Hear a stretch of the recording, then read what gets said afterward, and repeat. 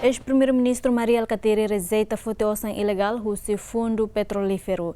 Também Alcatiri desafia Parlamento Nacional a processo para tribunal que acto sétimo governo ilegal dune. Ex-primeiro-ministro sétimo governo constitucional, atual presidente região administrativa especial Oikusi Ambeno, rejeita a acusação Parlamento Nacional quinta legislatura nebe hadeten. Sétimo governo constitucional, foti osan fundo petrolífero, onde usa ba orçamento duodécimo, la iha conhecimento husi parlamento. Também Alcatiri desafia Parlamento Nacional a processa ba tribunal se carreg acto sétimo governo ne ilegal duni. Sira magkaten liu lei fala hawa tão para tribunal.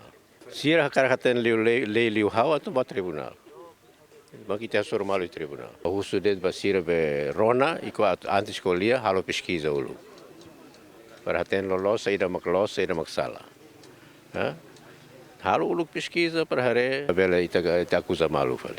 Entretanto, tuir informação husi Conselho Administração Banco Central Timor-Leste hadeten. Banco Central Timor-Leste haloona transferência milhões hitunolu husi fundo petrolífero. Hodi sétimo o governo usa hanesan orçamento duodécimo iha fulan maio.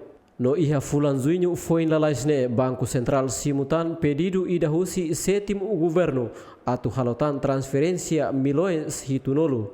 Mas o Conselho Administração Banco Central decide de cancela pedido ne também tempo sétimo o governo nia la permite ona atu executa. Nele está po Zoviel da Costa, ZMN.